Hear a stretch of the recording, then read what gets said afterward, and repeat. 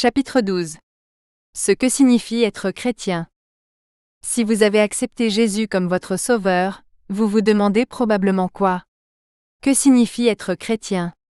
Examinons quelques vérités importantes et croyances fondamentales. Être chrétien signifie que Dieu ne se souvient plus de vos péchés. Il n'y a désormais plus de condamnation, ni de jugement pour vous.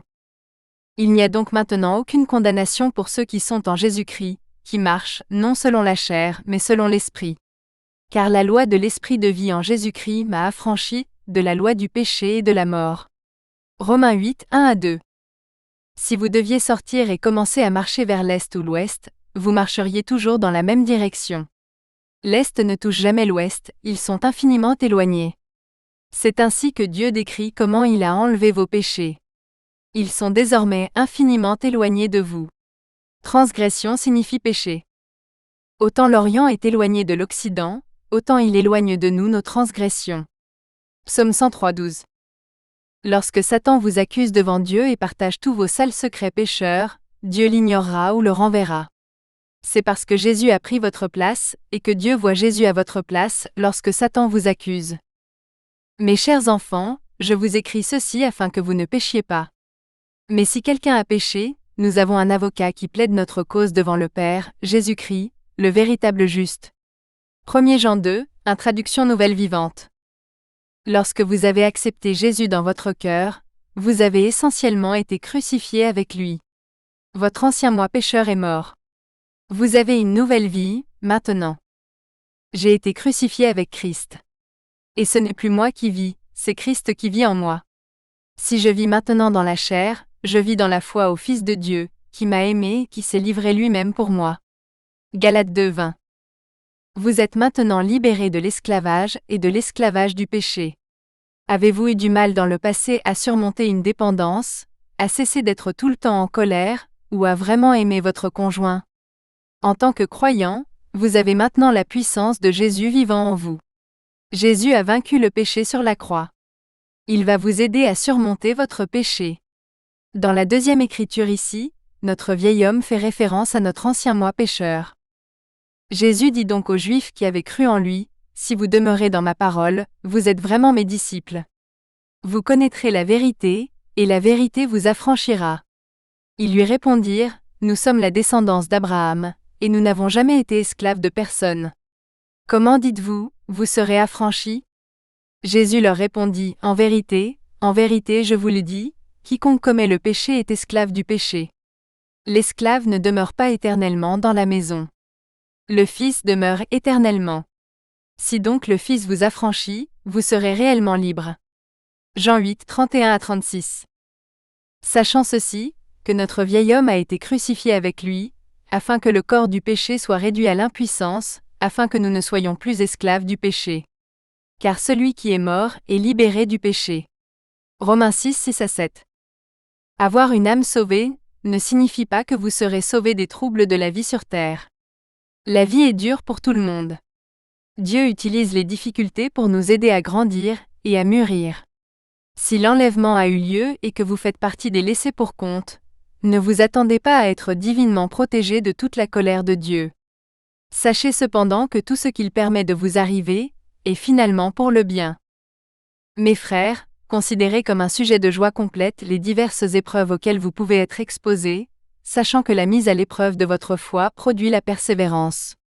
Il faut que la persévérance accomplisse parfaitement son œuvre, afin que vous soyez parfaits et accomplis, sans faillir en rien. Jacques 1, 2-4. Nous savons du reste que toute chose concourt au bien de ceux qui aiment Dieu, de ceux qui sont appelés selon son dessein. Romains 8, 28. En tant que chrétien, vous allez être confronté à une nouvelle difficulté. Satan vous déteste encore plus maintenant que vous croyez. Il ne veut pas que vous fassiez quoi que ce soit qui puisse rendre gloire à Dieu. C'est comme parler de votre foi aux autres et vous détourner de votre péché. Il essaiera d'ébranler votre foi et de vous faire regretter d'avoir mis votre foi en Jésus. Le mot-clé ici est essayer. N'oubliez pas que si vous croyez vraiment, aucune puissance de l'enfer ne peut vous éloigner de Dieu. Jésus leur répondit, « Je vous ai dit ces choses afin que vous ayez la paix en moi. Vous avez des tribulations dans le monde. Mais prenez courage. J'ai vaincu le monde. Jean 16, 31-33. Vous aurez besoin d'une foi solide pour vous protéger de ces attaques, mais rassurez-vous en sachant que vous n'êtes pas seul dans cette guerre. Le diable est Satan. Soyez sobre et maître de vous-même. Soyez vigilants. Votre adversaire le diable rôde comme un lion rugissant cherchant qui dévorer. Résistez-lui avec une foi ferme, sachant que vos frères dans le monde souffrent les mêmes souffrances. 1 Pierre 5, 8-9. Symbole des apôtres. Les croyances fondamentales que partagent tous les chrétiens sont joliment illustrées dans le symbole des apôtres. Il s'agit de la plus ancienne déclaration de foi connue des premiers chrétiens. Il a été écrit au IIe siècle, après Jésus-Christ. Il énonce les croyances fondamentales des chrétiens concernant Dieu, Jésus et le salut. Presque toutes les grandes églises chrétiennes sont d'accord sur cette déclaration de notre foi. Je crois en Dieu, le Père Tout-Puissant, Créateur du ciel et de la terre. Je crois en Jésus-Christ, le Fils unique de Dieu, notre Seigneur, qui a été conçu du Saint-Esprit, né de la Vierge Marie, souffert sous Ponce Pilate, a été crucifié, est mort et a été enterré. Il est descendu vers les morts. Le troisième jour, il ressuscita. Il est monté au ciel. Il est assis à la droite du Père. Et il viendra juger les vivants et les morts. Je crois au Saint-Esprit, la Sainte Église universelle, la communion des saints, le pardon des péchés, la résurrection du corps et la vie éternelle. Voici quelques passages bibliques qui expliquent chacune de ces croyances fondamentales. Dieu est le Père Tout-Puissant, ce qui signifie Tout-Puissant. Il est aussi notre Père Céleste. Quand Abraham eut atteint l'âge de 99 ans, Yahvé lui apparut et lui dit : « Je suis le Dieu Tout-Puissant. » Genèse 17, 1. Dieu est le Père des orphelins et le défenseur des veuves dans sa sainte demeure. Psaume 68, 5. Jésus s'adressa alors à la foule et à ses disciples : « N'appelez personne sur la terre votre Père. Car un seul est votre Père, celui qui est dans les cieux. » Matthieu 23, 1, 9. Dieu est le Créateur du ciel et de la terre. Au commencement, Dieu créa les cieux et la terre. Genèse 1, 1. Jésus-Christ est le Fils unique de Dieu. Car Dieu a tant aimé le monde qu'il a donné son Fils unique, afin que quiconque croit en lui ne périsse point, mais qu'il ait la vie éternelle. Jean 3, 16. Jésus-Christ est notre Seigneur. En fait, il est le Seigneur des seigneurs. Dans ce verset, Jésus est l'agneau. Ils combattront contre l'agneau, et l'agneau les vaincra, car il est le Seigneur des seigneurs et le Roi des rois, et ceux qui sont avec lui sont appelés les élus et les fidèles. Apocalypse 17, 14. Jésus-Christ a été conçu par le Saint-Esprit, et est né de la Vierge Marie. Voici comment arriva la naissance de Jésus-Christ. Marie, sa mère, étant fiancée à Joseph, se trouva enceinte, rendue par la vertu du Saint-Esprit, avant qu'ils n'eussent habité ensemble. Joseph, son époux, qui était un homme juste et qui ne voulait pas la diffamer publiquement, avait l'intention de la répudier secrètement. Comme il y pensait, voici, un ange du Seigneur lui apparut en songe et dit : « Joseph, fils de David, ne crains pas de prendre Marie pour femme, car l'enfant qu'elle a conçu vient du Saint-Esprit. Elle enfantera un fils. Tu lui donneras le nom de Jésus. Car c'est lui qui sauvera son peuple de ses péchés. » Matthieu 1, 18-21. Jésus-Christ a souffert sous Ponce Pilate. C'est le gouverneur romain qui a condamné Jésus à la crucifixion. Le matin venu, tous les principaux sacrificateurs et les anciens du peuple tinrent conseil contre Jésus pour le faire mourir. Ils le lièrent, l'emmenèrent et le livrèrent à Ponce Pilate, le gouverneur. Jésus comparut devant le gouverneur. Le gouverneur l'interrogea, disant : « Es-tu le roi des Juifs ? » Jésus lui répondit : « Tu le dis. » Pilate leur dit : « Que ferai-je donc à Jésus qu'on appelle Christ ? » Ils lui dirent tous qu'il soit crucifié. Le gouverneur dit : « Pourquoi ? Quel mal a-t-il fait ? » Ils crièrent à tue-tête qu'il soit crucifié. Alors il leur relâcha Barabbas, mais il fit battre de verges Jésus et le livra pour être crucifié. Matthieu 27, 1-2, 11, 22-23, 26. Jésus-Christ a été crucifié. Alors les soldats du gouverneur emmenèrent Jésus au prétoire, et rassemblèrent contre lui toute la garnison. Ils le dépouillèrent, le revêtirent d'un manteau écarlate, tressèrent une couronne d'épines et la mirent sur sa tête et un roseau dans sa main droite. Puis s'agenouillant devant lui, ils se moquèrent de lui en disant « Salut, roi des Juifs !» Ils crachèrent sur lui, prirent le roseau et le frappèrent à la tête. Après s'être moqués de lui, ils lui ôtèrent le manteau, le revêtirent de ses vêtements, et l'emmenèrent pour le crucifier. Après l'avoir crucifié, ils se partagèrent ses vêtements en tirant au sort. Matthieu 27, 27 à 31, 35. Jésus-Christ est mort. Sa mort n'était pas non plus ordinaire. À sa mort, le voile du temple s'est déchiré en deux, il y a eu un tremblement de terre, des tombes de morts se sont ouvertes et certaines personnes ont même été ressuscitées. Depuis la 6e heure jusqu'à la 9e, il y eut des ténèbres sur toute la terre. Vers la 9e heure, Jésus s'écria d'une voix forte, « Élie, Élie, lima sabachthani » c'est-à-dire « Mon Dieu, pourquoi m'as-tu abandonné » Jésus s'écria de nouveau d'une voix forte, et rendit l'esprit. Voici, le voile du temple se déchira en deux depuis le haut jusqu'en bas. La terre trembla, les rochers se fendirent. Les tombeaux s'ouvrirent, et les corps de plusieurs saints qui étaient morts ressuscitèrent. Le centenier et ceux qui étaient avec lui pour garder Jésus, voyant le tremblement de terre et ce qui arrivait, furent saisis de crainte et dirent assurément, « Cet homme était fils de Dieu. » Matthieu 27, 45 à 46, 50, 52, 54. Après cela, Jésus, voyant que tout était déjà accompli, et afin que l'écriture fût accomplie, dit, « J'ai soif. » Or, un vase rempli de vinaigre était là. Ils mirent une éponge pleine de vinaigre sur une branche d'hysope, et la lui portèrent à la bouche. Après avoir pris le vinaigre, Jésus dit, « Tout est accompli. » Puis baissant la tête, il rendit l'esprit. Les Juifs, comme c'était la préparation, afin que les corps ne restent pas sur la croix pendant le sabbat, car ce sabbat était un jour spécial, demandèrent à Pilate qu'on leur rompît les jambes et qu'on les enlevât. Les soldats vinrent donc, et rompirent les jambes au premier, puis à l'autre qui était crucifié avec lui. Mais lorsqu'ils arrivèrent à Jésus et le virent déjà mort, ils ne lui rompirent pas les jambes. Mais un des soldats lui perça le côté avec une lance, et aussitôt il en sortit du sang et de l'eau. Jean 19, 28 à 34. Jésus-Christ a été enterré dans le tombeau d'un homme riche, et des gardes romains étaient postés pour le surveiller. Vous voyez, les dirigeants juifs avaient peur que quelqu'un vole son corps et prétende qu'il était ressuscité. Le soir venu, arriva un homme riche d'Arimathée, nommé Joseph, qui était lui-même un disciple de Jésus.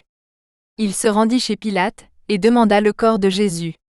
Pilate ordonna qu'on lui remette le corps. Joseph prit le corps, l'enveloppa d'un linceul propre et le déposa dans un tombeau neuf qu'il s'était fait creuser dans le roc. Puis il roula une grande pierre contre l'entrée du tombeau, et partit. Ils partirent donc avec la garde, et scellèrent le tombeau en scellant la pierre. Matthieu 27, 57 à 60, 66. Jésus-Christ est descendu au lieu des morts. Dans les Écritures, cet endroit est différent de l'enfer, l'étang de feu où les incroyants se rendent lors de leur jugement final.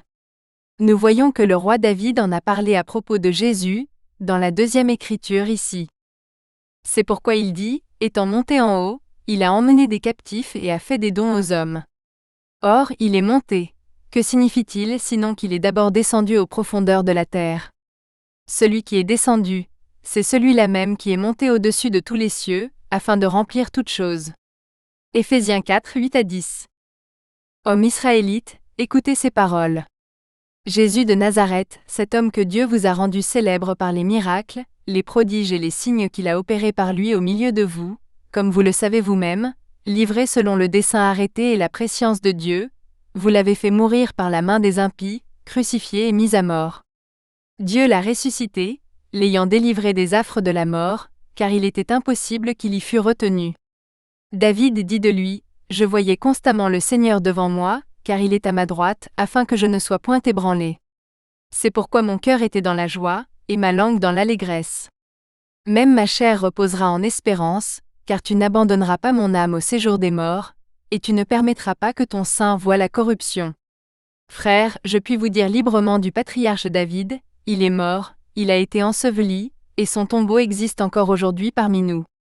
Il prévoyait cela, et il parlait de la résurrection du Christ, disant que son âme ne serait pas abandonnée dans le séjour des morts, et que sa chair ne verrait pas la corruption. C'est ce Jésus que Dieu a ressuscité, comme nous en sommes tous témoins. Actes 2, 23 à 27, 29, 31 à 32. Jésus-Christ est ressuscité des morts le 3e jour. Il a été crucifié un vendredi, 1er jour. Les femmes allaient le voir le premier jour de la semaine. Cela aurait été dimanche, soit le 3e jour. Après le sabbat, à l'aube du premier jour de la semaine, Marie de Magdala et l'autre Marie allèrent voir le tombeau. Et voici, il y eut un grand tremblement de terre. Car un ange du Seigneur descendit du ciel, vint rouler la pierre de l'entrée et s'assit dessus. Son aspect était comme l'éclair, et son vêtement blanc comme la neige. De peur, les gardes tremblèrent et devinrent comme morts. L'ange répondit aux femmes, « N'ayez pas peur, car je sais que vous cherchez Jésus qui a été crucifié. Il n'est pas ici, car il est ressuscité, comme il l'avait dit. Venez voir le lieu où le Seigneur était couché. » Elles sortirent promptement du tombeau, pleines de crainte et de joie, et coururent porter la nouvelle à ses disciples. Comme elles allaient l'annoncer à ses disciples, voici, Jésus vint à leur rencontre et leur dit, « Réjouissez-vous. » Elles s'approchèrent, saisirent ses pieds et se prosternèrent devant lui. Matthieu 28, 1-6, 8-9. Car je vous ai transmis avant toute chose, comme je l'avais aussi reçu, que Christ est mort pour nos péchés selon les Écritures. Qu'il a été enseveli, et qu'il est ressuscité le 3e jour, selon les Écritures. 1 Corinthiens 15, 3-4. Jésus-Christ est monté au ciel et est assis à la droite du Père. Cela s'est produit après que Jésus soit ressuscité, et ait passé du temps avec ses disciples. Jésus est le Seigneur. Alors le Seigneur, après leur avoir parlé, fut enlevé au ciel et s'assit à la droite de Dieu. Marc 16, 19. Christ, qui est mort, mais plutôt qui est ressuscité des morts, qui est à la droite de Dieu, et qui intercède pour nous. Romains 8, 34. Jésus-Christ viendra juger les vivants et les morts. Après la période d'enlèvement et de tribulation, Jésus reviendra sur terre pour régner pendant 1000 ans. Quiconque encore en vie à ce moment-là, et qui ne croit pas en Jésus, sera jeté dans l'étang de feu. Seuls les croyants peuvent entrer dans son royaume. C'est ce qu'on appelle sa seconde venue, parce que ce sera la 2e fois qu'il vivra physiquement sur terre. Le Seigneur Jésus-Christ, qui jugera les vivants et les morts, et qui instaurera son royaume. 2 Timothée 4, 1. Jésus de Nazareth, comment Dieu l'a oint du Saint-Esprit et de force, lui qui allait de lieu en lieu faisant du bien, et guérissant tous ceux qui étaient sous l'empire du diable, car Dieu était avec lui. Nous sommes témoins de tout ce qu'il a fait, dans le pays des Juifs et à Jérusalem. Ils l'ont même tué, en le pendant au bois. Dieu l'a ressuscité le 3e jour, et l'a donné à se révéler non à tout le peuple, mais à des témoins choisis d'avance par Dieu, à nous qui avons mangé et bu avec lui après sa résurrection. Il nous a commandé de prêcher au peuple, et d'attester qu'il est celui que Dieu a établi juge des vivants et des morts. Actes 10, 38-42. Croyez au Saint-Esprit. Vous obtenez cette puissance de Jésus, une fois que vous avez mis votre foi en lui. Jésus est celui qui envoie le Saint-Esprit.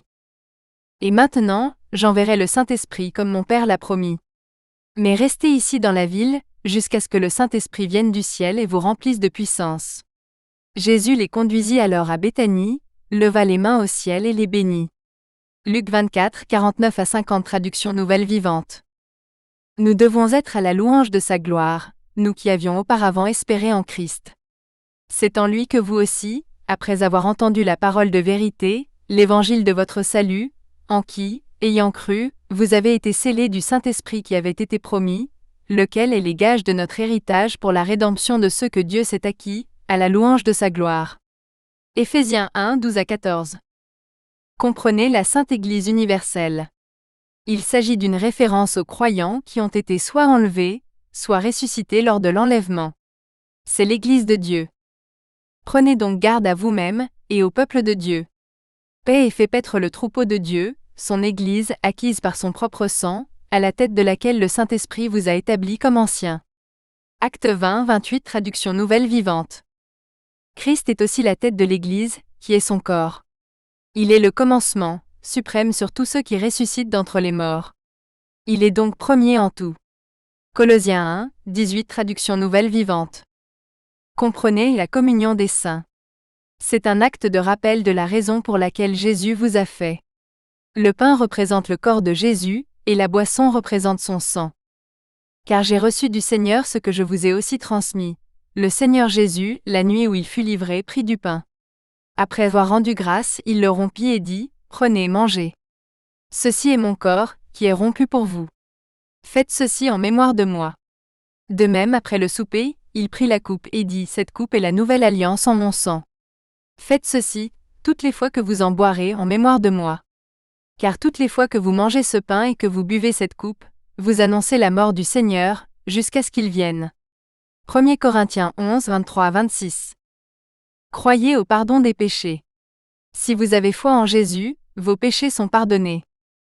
L'Éternel est lent à la colère et rempli d'amour, il pardonne toute espèce de péché et toute rébellion. Nombre 14, 18 Traduction Nouvelle Vivante. Mais si nous marchons dans la lumière, comme il est lui-même dans la lumière, nous sommes mutuellement en communion, et le sang de Jésus son Fils nous purifie de tout péché. Si nous confessons nos péchés, il est fidèle et juste pour nous les pardonner, et pour nous purifier de toute iniquité. 1 Jean 1, 7, 9. Comprenez la résurrection du corps. C'est vrai, un jour vous aurez un nouveau corps. Un corps qui sera immortel. Il en est de même de la résurrection des morts. Le corps est semé corruptible. Il ressuscite impérissable.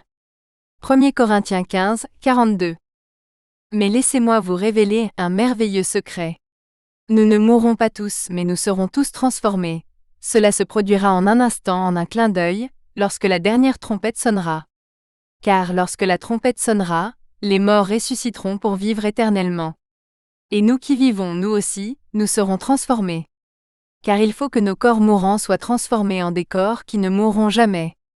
Il faut que nos corps mortels soient transformés en des corps immortels. 1 Corinthiens 15, 51-53 Traduction Nouvelle Vivante. Croyez en la vie éternelle. Si vous avez mis votre foi en Jésus, c'est une garantie. Vous pouvez en être sûr à 100%. Le Fils est Jésus, les brebis sont les croyants, les boucs sont les incroyants et le diable est Satan. Mais quand le Fils de l'homme viendra dans sa gloire, avec tous les saints anges, alors il siégera sur son trône de gloire. Toutes les nations seront rassemblées devant lui. Il séparera les uns des autres, comme le berger sépare les brebis des boucs. Il placera les brebis à sa droite, et les boucs à sa gauche. Alors le roi dira à ceux qui seront à sa droite, « Venez, vous qui êtes bénis de mon Père. Prenez possession du royaume qui vous a été préparé, dès la fondation du monde. » Puis il dira aussi à ceux qui seront à sa gauche, « Retirez-vous de moi, maudits. Allez dans le feu éternel qui a été préparé pour le diable et ses anges. Ceux-ci iront au châtiment éternel, mais les justes à la vie éternelle. » Matthieu 25, 31-34, 41-46. Car Dieu a tant aimé le monde qu'il a donné son Fils unique, afin que quiconque croit en lui ne périsse point, mais qu'il ait la vie éternelle. Jean 3, 16.